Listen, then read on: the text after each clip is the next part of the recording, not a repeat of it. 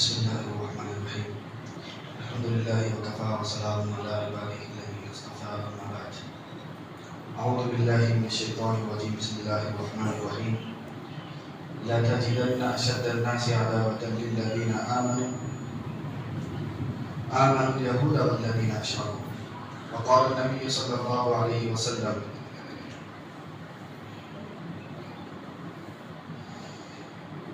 قل لي في الإسلام قولا لا يسأل عنه أحدا بعدك قلت آمنت بالله ثم استقيم، أو كما قال عليه الصلاة والسلام. لاحق سے احترام معزز صاحب مکرم،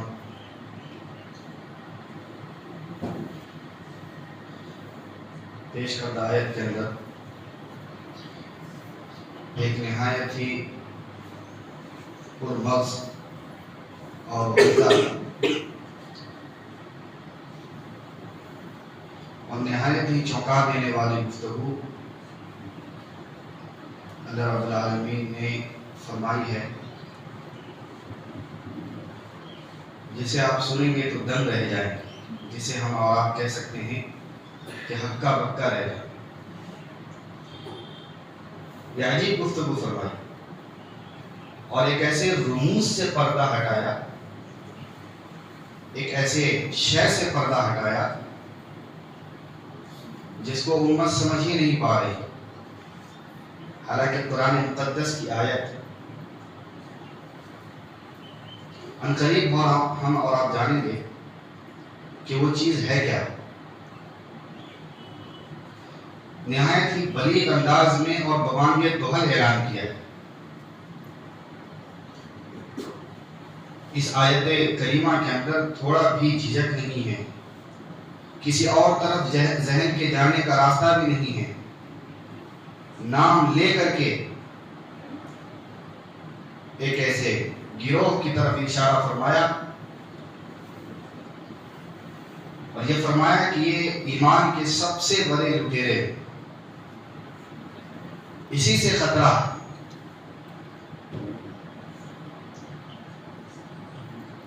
گویا کہ میں اور آپ اپنی زبان میں کہہ سکتے ہیں کہ اللہ رب العالمین نے ان کے دلوں کی باتوں کو امت کے سامنے آشکارا کر دیا، پھیلا دیا، راز کو فاش کر دیا۔ اب جو وہ دلوں کے اندر سوچتے تھے، سمجھتے تھے، قیامت تک کے لیے اللہ نے قرآن کی زینت بنا دیا اور اس کے پیشانی کے اوپر ایک دھبا لگا دیا جو حقیقت میں اللہ کی شان تھی کہ لگا دیتی اور امت کے ایمان کو بچا دیتی۔ کیا فرمایا؟ لَتَجِدَنَّ أَشَدَّ النَّاسِ عَدَاوَةً لِلَّذِينَ آمَنُوا الْيَهُودَ وَالَّذِينَ أَشْرَكُوا۔ کہ یاد رکھو کہ ضرور تمہیں اس بات کا اندازہ ہو جائے گا۔ اللہ کے ارشاد فرمانے کا قرینہ بھی دیکھتے چلیں جو میں ترجمہ کر رہا ہوں کہ ہم قریب آپ کو اس بات کا ادراک ہو جائے گا، یہ بات آپ کے اوپر آشکارا ہو جائے گی، معلوم چل جائے گا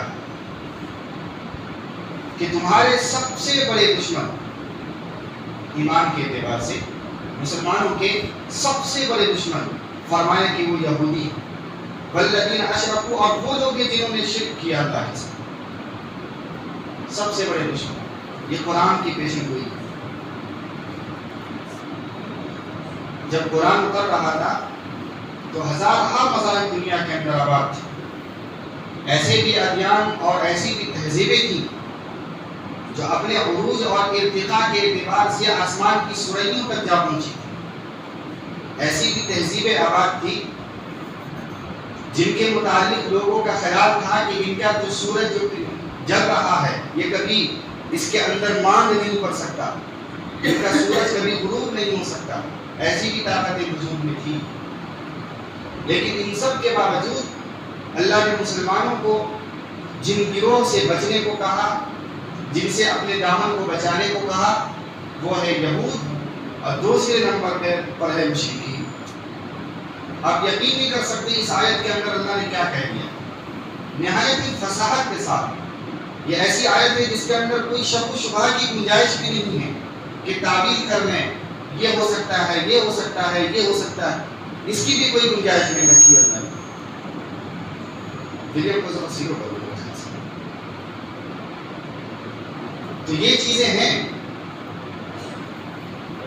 آج ہم اس نشست کے اندر انشاءاللہ اسی کے اوپر توجہ دیں گے کہ آخر میں اللہ رب العالمین نے جو یہ باتیں کہی ہیں ان لوگوں نے کیا دل کھلایا ہے آخر کہ اللہ کو یہ سب چیزوں کی کہنے کی ضرورت پڑی۔ حالانکہ اللہ رب العالمین کی ذات ستار العیوب ہے، گناہوں پر پردہ رکھنے والی ذات ہے۔ وہ انسانوں کے گناہوں کو آشکارا کرنے پر آ جائے تو ہم اور آپ جو مل جل کر بیٹھے ہیں، ہمارے اور آپ کے درمیان نفرت کی دیوار قائم ہو جائے اور ایک ساتھ بیٹھنا گوارا نہ کریں۔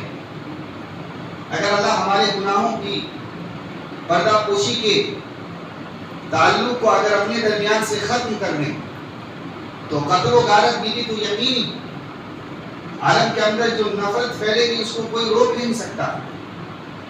بیٹا ماں سے دور بھاگے گا اور باپ بیٹا سے کوسوں دور بھاگے گا، بہنیں اپنے بھائی کے پاس آنا گوارا نہیں کر سکتی، لیکن اللہ رب العالمین کے جو پردہ ستاریت کا ہی معاملہ ہے کہ ہمارے درمیان الفت اور محبت کی فضا قائم۔ بڑے بڑے گناہ سرزد ہوتے ہیں کہ جن گناہوں کو زمین بھی قبول کرنے سے، اپنے اوپر دیکھنے سے اللہ کی پناہ چاہتی اور دن و رات یہ کہہ رہی ہوتی ہے کہ کیا ہی ایسا ہوتا کہ ہمیں حکم دے دیا جاتا کہ ان بستی والوں کو اپنے اندر سمو لیا جائے۔ آسمان بھی یہی فریاد کر رہی ہے، چرند و پرند بھی یہی فریاد کر رہی ہیں، دنیا کے بڑی طاقتور مخلوقات بھی یہی فریاد کر رہی ہوتی ہے کہ اس انسان کے ظلم سے اور اس کی نخوت اور قدورت سے ہمیں محفوظ رکھیں۔ لیکن پھر بھی اللہ نے جو ستاری کا معاملہ فرمایا ہے، جس کی بدولت ہم اور آپ آپس میں اندر اتحاد اتفاق کی فضا قائم کرتے ہیں، محبت کرتے ہیں ایک دوسرے سے، لیکن آخر ان یہودیوں اور مشرکین کے ساتھ ایسا معاملہ کیا تھا جس کی بنیاد پر ان کے اس جملے کو اللہ نے قرآن کی زینت بنایا کہ ہر ایمان والا اس آیت سے بڑھ کر ہی گزر سکتا ہے۔ یہ معاملہ ہے جسے نہایت سنجیدگی کے ساتھ بغیر کسی کجی کے اور دل کے اندر نفرت کے سمجھنے کی ضرورت ہے۔ واقعتاً اہل اسلام کو اور دین اسلام کو جو سب سے زیادہ زد پہنچائی گئی ہے، سب سے زیادہ جو تکلیفیں دی گئی ہے، وہ انہی کو فرقوں سے۔ یقین جانیے آپ ان کی خوشنودی حاصل کرنے کے لیے، اہل اسلام یا اسلام، ان دو گروہوں کی خوشنودی حاصل کرنے کے لیے جتنی بھی قربانی دینا چاہیں اور دے کر کے چلے جائیں، پھر بھی ان کی قربت حاصل نہیں کر سکتے۔ کیا یہ چیزیں ہماری نگاہوں سے پوشیدہ ہو گئی ہیں کہ جب انہوں نے ایک نیا فلسفہ پیش کیا اور بد تہذیبی کا اور نئے تعلیم کا اور مخلوط تعلیم کا، مرد و عورت کے ساتھ جو تعلیم دی جا رہی ہے، اور یہ نظریہ پیش کیا کہ عورتوں کا بھی مقام ہے جو مردوں کا مقام ہے، وہ پیچھے نہیں ہے، اور ہم نے ان تمام نظریات کو قبول کر لیا، آنکھوں پر بیٹھا لیا، اپنی نگاہوں کا سرما بنا لیا، لیکن کیا ان چیزوں کے باوجود ہم ان سے خوش ہو گئے؟ کیا وہ ہمیں اپنا بھائی تصور کرتے ہیں؟ کیا وہ ہمیں اپنا دوست تصور کر رہے ہیں؟ یقیناً نہیں۔ اب جتنے بھی قریب چلے جائیں گے، آپ ان کے ہم نوالا بن جائیں، آپ ان کے ہم درس بن جائیں، آپ ان کے ہم پیالہ بن جائیں، ایک پلیٹ میں کھانا کھانے لگیں، لیکن جب تک آپ ابتداء کی صورت اختیار کر نہیں کر لیتے، اس وقت تک وہ آپ کو اپنے گلے نہیں لگا سکتے۔ وہ یہ چاہتے ہیں کہ اہل اسلام اسلام کے دھرم کو چھوڑ کر کے ہماری طرف آ جائے اور ہمارے ادیان کو قبول کر لے، ہماری تہذیب کو قبول کر لے، ہم جو کہیں اس پر عمل کریں۔ اسی آخری قریب کے اوپر جا کر کے مسلمان قوم کے درمیان اتحاد ہو سکتا ہے، اس سے پہلے تو ہرگز نہیں ہو سکتا۔ اس کے علاوہ جو دیگر چیزیں ہیں، دیگر مذاہب ہیں، ان سے آپ سمجھوتا کر سکتے ہیں، لیکن ان سے نہیں کر سکتے. یہ اتنی خطرناک قوم.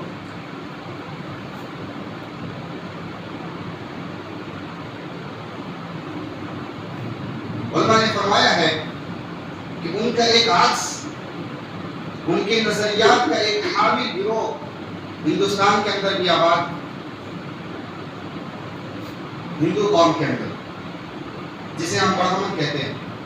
یہ بالکل انہی کے نقش و نگار پر ہے. برا نہ مانیے، بات واضح آئے گی انشاءاللہ. ایک صاحب اسلام قبول کیے، وہ برہمن سے تعلق رکھتے تھے. ابھی اسی ہفتے کی بات ہے. اللہ نے ان کو توفیق دی. یہ کٹر گویا کہ اسلام کے سخت مخالف تھے. اسلام فوبیا جسے آپ کہہ سکتے ہیں، یہ ان لوگوں میں گنا جاتا ہے. جب بابری مسجد کی شہید ہو رہی تھی، اس کے اندر اس کے بڑے کارنامے تھے، لیکن اللہ نے ان کے ایمان، ان کے سینے کے اندر ان کے لیے مسلط رکھا تھا، لہٰذا انہوں نے اسلام کی توفیق ملی. انٹرویو لینے والے نے پوچھا کہ جب ہمیں وہ بتائیے کہ آپ کا بچپنا جہاں پہ گزرا ہے، تو آپ نے اپنے بچپنوں کے اندر، ظاہر بات ہے کہ ابھی جو صورتحال ہے ہندوستان کی اور عالمی اسلام کی، وہ نہایت اعلیٰ سطح پر ہے. لیکن جب آپ بچے تھے، اس موقع پر آپ کی جو ٹریننگ ہوا کرتی تھی، یعنی آپ کے بارے میں آپ کے ہمارے خلاف جو نفرتیں پھیلائی تھی، وہ کس پیمانے پر تھی اور کس پیرائی پر تھی؟ سوال کرنے والوں نے بھی ایک عجیب سوال کیا اس کہ آپ وہ نقشہ ہمارے سامنے پیش کیجیے کہ جب آپ بچے تھے تو آپ کی تربیت کس پیرائے پر کی جا رہی تھی مسلمانوں کے خلاف. تو اس نے کہا اپنی باتوں کے اندر کہ اسلام فوبیا کا جہاں تک تعلق ہے، کسی گاؤں کے اندر مسلمانوں کی آبادی ہو یا نہ ہو، چاہے ایک بھی آباد نہ ہو، ایک بھی گھر نہ ہو، لیکن پھر بھی ہم جب اسکول سے آتے تھے تو ہمیں ہمارے ہاتھوں کے اندر ایک جھنڈا دے دیا جاتا تھا زعفرانی کلر کا، اور یہ کہا جاتا تھا کہ اب نعرہ لگاؤ مسلمانوں کے خلاف. حالانکہ آپ کو اپنی ہی گلی کے اندر لگانا ہے، لیکن لگانا ہے. اور چھوٹے بچوں سے یہ کہواتے تھے، اور ان کے مسلمانوں کے خلاف جو نفرتیں ہیں وہ ان کی وجودی طور پر جو ذہن، ظاہر بات ہے کہ بچوں کا ذہن اتنا وسیع نہیں ہوتا، اس کے ذہن و دماغ میں جو بیٹھا دیا جاتا ہے وہ نکلتا بھی نہیں. ایسے حالت میں اور ایسے عالم میں ان کے ذہن و دماغ کے اندر یہ چیزیں ڈالی جا رہی تھی اس زمانے. پھر جیسے وہ بڑا ہوا تو پھر اسلام کا کٹر مخالف بن کے سامنے آیا. تو یہ چیزیں بنیادی طور پر چاہے مسلمانوں کا غلبہ ہو یا نہ ہو، اس کے دین کو نقصان پہنچ رہا ہو یا نہ پہنچ رہا ہو، لیکن یہ دو قوم ایسی ہے کہ اپنے ماننے والے اپنے بچوں اور اپنے بچیوں کے اندر اسلام کی نفرت اس کے اس کچی عمر کے اندر ڈال دیتے ہیں.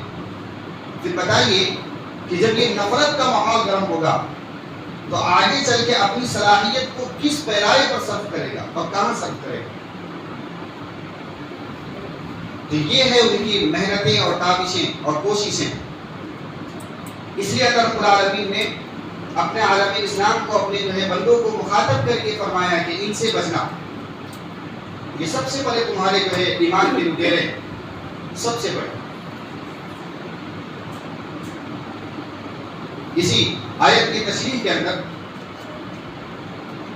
حضرت سفیان رضی اللہ تعالیٰ عنہ، سفیان بن عبداللہ، یہ آپ صلی اللہ علیہ وسلم سے سوال کرتے ہیں کہ اسلام کے بارے میں ایک ایسی نصیحت کر دیجئے مجھے کہ اس نصیحت کے بعد مجھے، آپ جب گزر جائیں گے تو آپ کے گزرنے کے بعد مجھے دیگر لوگوں سے سیکھنے کی ضرورت نہ پڑے. تو ایسی بات بتا دیجئے کہ میری زندگی کے لیے، زندگی تک کے لیے جزو لا ینفق بن جائے، میں اسی کو پر عمل کرتا رہوں، مجھے کسی کی کوئی حاجت نہ ہو، کسی کی کوئی ضرورت نہ ہو، اور آپ کا یہ ارشاد میرے لیے فارمولہ ہو زندگی گزارنے کا، میرے لیے ایک مشعل راہ ہو، میرے لیے ایک چراغ ہو کہ جس کے سطح اور اس کی روشنی کے اندر میں زندگی گزاروں. حضرت سفیان بن عبداللہ رضی اللہ تعالیٰ عنہ نے آپ صلی اللہ علیہ وسلم سے سوال کیا. آپ نے انہیں جواب دیا، بالکل 2 لفظوں میں جواب ہے، مختصر ہے اور بہت ہی معنی خیز ہے. میں آپ کو بتاتا چلوں کہ آپ صلی اللہ علیہ وسلم کی شخصیت کی جوامع الکلم کی نہایت ہی بلیغ انداز میں ارشاد فرماتے تھے، کم لفظوں میں اور کم وقتوں کے اندر بہت بڑی باتیں کہہ دیا کرتے تھے. جس کی گہرائی کے اندر مفسرین نے اپنے قلم توڑ دیتے ہیں، بعض مرتبہ لکھتے رہتے ہیں 20 جلدیں، 40 جلدیں، صفحات ختم ہوتے ہیں. اتنی زبردست قسم کی شخصیت ہے آپ صلی اللہ علیہ وسلم. انہوں نے فرمایا کہ سب سے پہلے آپ کہہ دو قل آمنت باللہ، کہ میں ایمان اللہ کے اوپر ایمان لایا، یعنی اللہ کی ذات کے اوپر ایمان رکھو، اس کے تمام صفات کے ساتھ، جو حق ہے اسلام قبول کرنے کا، ایمان لانے کا. اس کے بعد فرمایا ثم استقم، پھر اسی کے اوپر مضبوطی سے جم جاؤ. کتنی بڑی بشارت ہے، فرمان ہے کہ پہلے ایمان قبول کرو، پھر اس کے بعد اسی پر جم جاؤ. ثم استقم، یہی آخری مرحلہ. اور حقیقت دیکھا جائے تو اس کے اندر پورے دین کو بیان کیا ہے. آپ سے اللہ پر ایمان اسی وقت انسان لا سکتا ہے جب وہ اللہ کے فرمان کو اپنے سامنے رکھ کر کے تمام انبیاء کی ذات کے اوپر ایمان رکھے، اور نبی علیہ السلام کی ختم نبوت کا اقرار کرے، اور ایمان مفصل کے اندر جو آپ کو پڑھایا جاتا ہے 7 چیزیں، ان پر اپنا جو ہے 100% اقرار کرے ان چیزوں کا. اس وقت ایمان کامل اور مکمل ہوتا ہے. یہی مطلب ہے آمنت باللہ کا. اس کا یہ مطلب نہیں ہوتا کہ ہم خدا کو ایک مان رہے ہیں اور رسولوں کا انکار کر رہے ہیں جیسے کہ دیگر لوگ کر رہے ہیں، پھر وہ غلط ہے. اس کا یہ مطلب بھی نہیں ہوتا کہ اللہ کی ایک ذات کا یعنی ایک جزو کا اقرار کیا جائے اور باقی شانوں کا انکار کر دیا جائے، یہ مطلب بھی نہیں ہوتا. اس فرمان کے اندر تو صرف مطلق کہا گیا ہے کہ اللہ رب العالمین کی ذات پر آپ کو ایمان لانا ہے، اس کے پورے شان کے ساتھ، اس کی پوری صفات کے ساتھ، اس کے پورے جزو لوازمات کے ساتھ. جو ایمان لانے کا حق نبی علیہ السلام نے بتایا ان چیزوں پر ایمان لانا. پھر اس کے بعد اسی حدیث کی تشریح میں حضرت عبداللہ ابن عباس، اور یہ عبداللہ ابن عباس کون ہے ذرا ان کے بارے میں بھی سن لیجیے. عبداللہ ابن عباس رضی اللہ تعالیٰ نہایت ہی جلیل القدر صحابی، نہایت ہی، اور محدثین نے اس کو مکثرین میں جو ہے شمار کیا ہے، یعنی حدیث بیان کرنے والوں جو بڑی تعداد ہے، جن کی بڑی تعداد ہے وہ 7 ہیں، اور ان میں ان کو شمار کیا ہے. یعنی ان کی حدیث بھی زیادہ ہے اور ان کی تفاسیر کے اندر ان کا مقام بہت بلند ہے. ایک موقع ہے کہ آپ صلی اللہ علیہ وسلم رات کو اٹھے ہیں قضاء حاجت کے لیے، فارغ ہو کر کے آئے تو پانی کی حاجت تھی. اب یہ اس وقت آپ صلی اللہ علیہ وسلم کی یہ چونکہ بھانجے بھی لگتے ہیں رشتے کے تعلق سے، تو انہی گھر کے اندر تھے، سوئے ہوئے تھے. اللہ کے نبی کی آہٹ جب قدموں کی پڑی تو ان کو لگا کہ فارغ ہونے کے تو فوراً وضو کا پانی لا کر کے پہلے ہی رکھ دیا جائے. آپ صلی اللہ علیہ وسلم وہاں سے آئے، فرمایا کہ یہ کام کس نے کیا؟ آپ نے فرمایا کہ میں نے. تو اس موقع پہ تہجد کا وقت تھا، نہایت آخری وقت. آپ نے فرمایا اللہ اس کو علمہ القرآن، یعنی اس کو قرآن کا علم سکھا دی، مفسر بنا دی. اس کی تاثیر ہے کہ تفسیر عبداللہ ابن عباس دنیا کے اندر بڑی مشہور ہے. سب سے جامع، سب سے مختصر، سب سے بریت انہی کی تفسیر. ان سے ایک روایت سن لیجیے. یہ نصیحت کر رہے ہیں تابعی کو جن کا نام عثمان بن حاضر بزدوی، یہ نصیحت فرما رہے ہیں عثمان بن حاضر کو. یہ استقیم کا یعنی اسلام پر قائم ہو جاؤ، آمنت باللہ و استقیم. سب سے پہلے اللہ پر ایمان لانا ہے، پھر اس کے بعد اس کے اوپر جو استقامت اختیار کرنا ہے اس کی تشریح فرما رہے ہیں، نصیحت کر رہے ہیں. اس کی تشریح فرماتے ہوئے انہوں نے فرمایا کہ علیک بتقوی اللہ والاستقامتہ اتبع ولا تتبع. علیک بتقوی اللہ، استقامت کی مفہوم بیان فرماتے ہوئے فرمایا کہ دیکھو تقوی کو اختیار کرو، اپنے اوپر لازم کر لو تقوی. جب آپ تقوی اختیار کریں گے تو دوسرا مرحلہ جو اللہ رب العالمین تمہاری زندگی کے اندر ڈالے گا وہ یہ ہے کہ اتبع ولا تبتدع. آپ سنت کی پیروی کرنے لگ جائیں گے اور بدعت سے دور بھاگنے لگ جائیں گے. یعنی اب نہ شیب و فراز سے آپ محفوظ ہو گئے، نہ اسلام کی کسی چیز کو آپ اوپر کریں گے اور نہ ہی کسی کو گھٹائیں گے، اور اسی کا نام اعتدال ہے۔ آگے چلے تو تفریط ہے، اور نیچے اوپر چلے تو افراط، اور نیچے چلے تو تفریط ہے۔ نیچے والے کو بدعت کہتے ہیں کسی چیز کو کمی کرنے کو، اور اوپر والے کو بھی بدعت کہا جاتا ہے، اور یہ دین کے اندر اسطورہ ہے۔ جیسے دین کو مونڈ دیتا ہے، سروں کو مونڈ دیتا ہے، یہ بدعتیں دین کو مونڈ دیتی ہے، ایمان کو خارج کر جاتی ہے۔ ایک موقع پہ حضرت حذیفہ نے فرمایا کہ بدعت ایسی چیز ہے کہ جیسے کہ آٹے کے اندر سے آپ بال کو بالکل آسانی کے ساتھ نکال لیتے ہیں، یہ پہلے باطل اور یہ بدعتیں آپ کے ایمان کو دل کے اندر سے ایسے ہی خارج کر لے گا، نکال لے گا، آپ کو محسوس نہیں ہو سکتا۔ یہ نصیحت ہے، علیک بتقوی اللہ، اپنے اوپر تقوی کو لازم کرو، واستقامتہ اتبع ولا تبتغ، اللہ آپ کو سنتوں کی پابندی کرنے کی توفیق عطا کرے گا تقوی کے ذریعے۔ اور دوسرا مرحلہ یہ ہے کہ بدعت سے بچائے گا، اور نہایت ہی یہ استقیم کا جو مفہوم ہے نہایت ہی واضح ہے اس روایت سے، اس کے اندر کوئی کمی نہیں ہے۔ لہذا دین صراط مستقیم کا نام ہے، افراط بھی نہیں چلے گی اور نہ ہی تفریط چلے گی۔ شرط یہ ہے کہ آپ ان دو گروہوں سے بچیں، ورنہ یہ ایمان کے لٹیرے ہیں۔ جیسے کہ اللہ رب العالمین نے جب کہہ دیا ہے تو ہم اور آپ اس کے اوپر لفظائی کرنے کی بھی ضرورت نہیں رکھتے۔ ہوتے کون ہیں اس کے اوپر یہ کرنے والے؟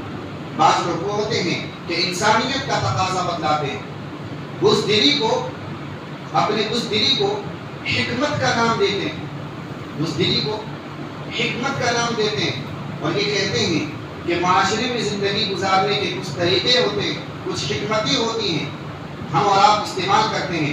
ہمارے اللہ رب العالمین ان کی قبروں کو جو ہے نور سے منور و مجلہ فرمائے، اللہ نے ان کو شہادت کے بلند مراتب پر فائز کیا ہے۔ اب نواز جھنگی ان کا نام ہے، بڑی پیاری بات فرمایا کرتے تھے کہ آج لوگ کہتے ہیں کہ سانپ ایسا مارا جائے کہ لاٹھی نہ ٹوٹنے پائے، یہ لفظ استعمال کرتے ہیں کہ لاٹھی بھی نہ ٹوٹے۔ آپ دین پر چلیں گے تو آپ کے اوپر مصیبتیں آئیں گی، اور دین پر چلنا اس طریقے سے ہے، اس طریقے سے ہے کہ لاٹھی کے ٹوٹنے کی ضرورت پڑے تو لاٹھی کو بھی توڑ دیا جائے، ورنہ لاٹھی نہ ٹوٹنے پائے، یہ ہے منافقت، اسے منافق کہہ رہا ہے۔ میری نگاہ میں اسی کا نام منافقت ہے۔